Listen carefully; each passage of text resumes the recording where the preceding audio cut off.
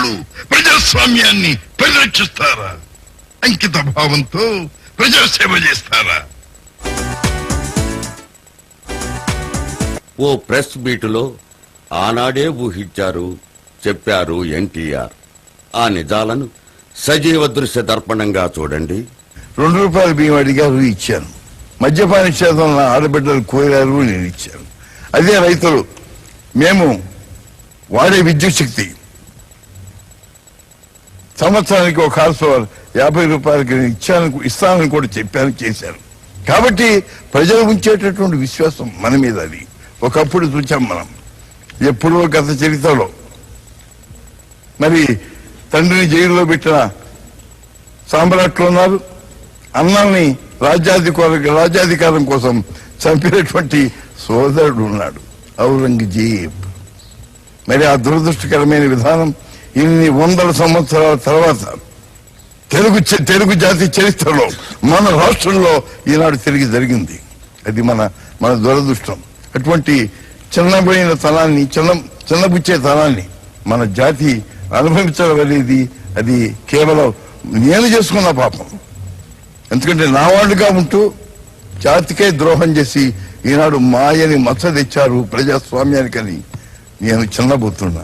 Party కూడా 1982లో నేను పెట్టినప్పుడు ప్రజలందరూ విశ్వసించారు. ఆనాడు కేవలం 9 నెలల కాలంలోనే ఓట్లిచ్చి గెలిపించారు.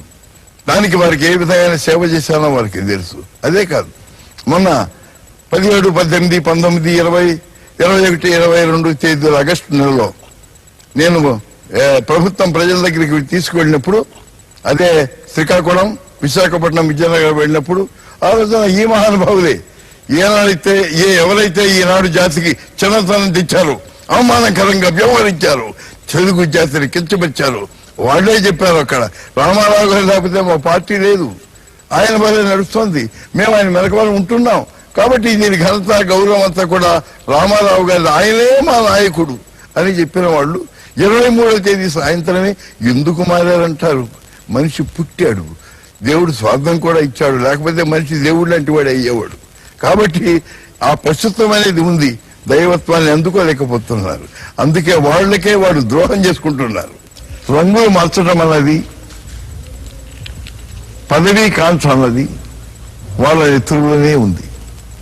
ఎందుకంటే ఇవాళ మీరు అడుగుతున్న వ్యక్తి ముందు కాంగ్రెస్ లో ఉన్నాయనే, మా అల్లుడే కావచ్చు, దాన్ని కాదను, కానీ కాంగ్రెస్ లో ఉన్నాడు.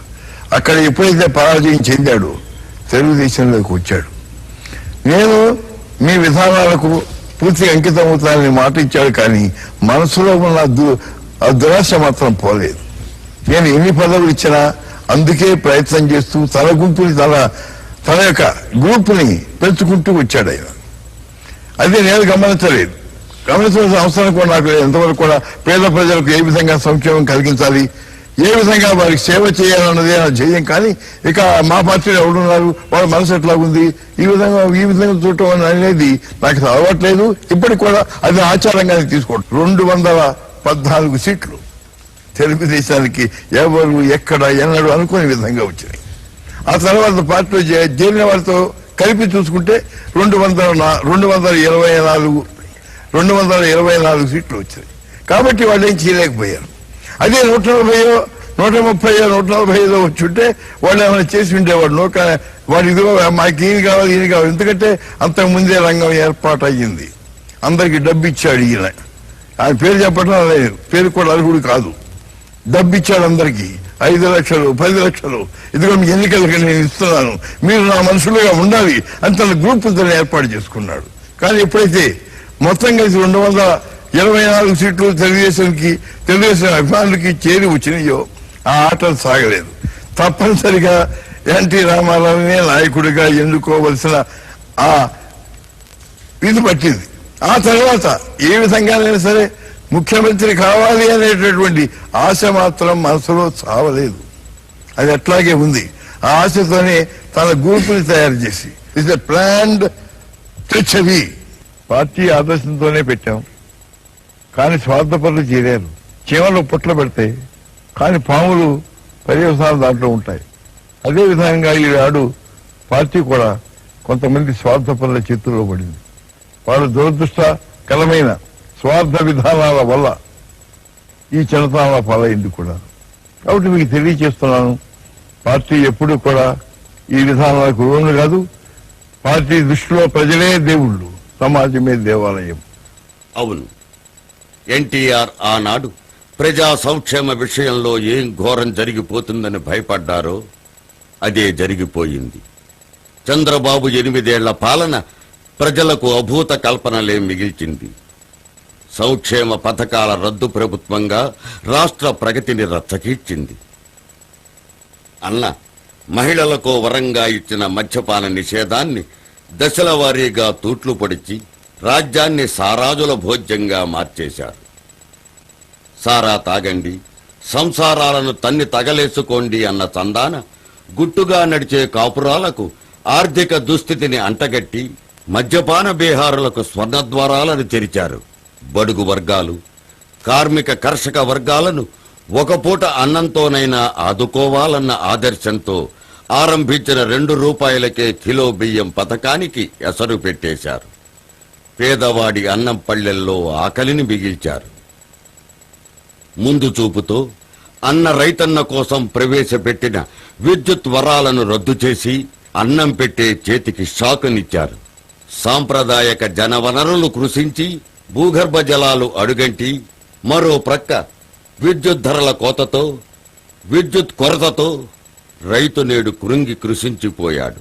ఎన్టీఆర్ సదాశయంతో, సదుద్దేశంతో ప్రగతిని ఆశిస్తూ ప్రవేశపెట్టగా చంద్రబాబు మంగళం పాడేసిన మంచి పథకాలలో ఇవి మచ్చుకు కొన్ని మాత్రమే.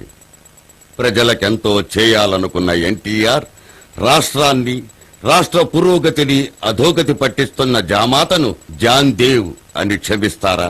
నో, ఎన్టీఆర్ మాటల్లోనే వినండి. సింహం, I'm the lion, NTR is the lion. నేను సింహాన్ని. ఎందుకంటే సింహం మృగరాజు, ఏ అవమానం సహించదు. కాబట్టి నాకు జరిగిన విధానం, నాకు ఏ విధంగా ద్రోహం చేయబడింది, నా వాళ్ళు అన్నవాళ్ళు నన్ను ఏ విధంగా మోసం చేశారు ప్రజలకు తెలుసు. అయినా నేను చెప్పడం నా ధర్మం, నా కర్తవ్యం. ప్రజల ప్రతినిధిని నేను. నాకేం జరిగా ప్రజలకు తెలియచెప్పటం నా బాధ్యత. దేవుడుగా ఎవరు క్షమించినటువంటి ఘాతకం చేశాడు చంద్రబాబు నాయుడు. అది జాతి చరిత్ర ఎప్పుడు విస్మరించరు. మీరు న్యాయ నిర్ణేతలు. ఏ విధమైన రాజకీయం కావాలి, ఏ విధంగా ప్రజాస్వామ్యం ఉండాలి, అది నిర్ణయించవలసింది మీరు. మీ నిర్ణయమే శిరోధార్యం, అదే ప్రజాస్వామ్యం. కాబట్టి మీరు నిర్భయంగా ఏ పార్టీ అయితే ప్రజాస్వామ్యాన్ని ఉద్ధరిస్తుందో, ఏ పార్టీ అయితే మన తెచ్చుకున్న స్వాతంత్రానికి ఒక చక్కని రూపం దిద్దగలుగుతుందో అటువంటి పార్టీకి మీరు ధైర్యంగా ఓటు వేయండి. ఓటు మీ జన్మ హక్కు. అది నిరుపయోగం చేయకండి. పిరికితనంతో మరో విధంగా ఉపయోగించకండి. ఆత్మబలంతో ఈ దేశం నాది అనే ధైర్యంతో ముందుకు సాగండి. మంచి దేశాన్ని సృష్టించండి.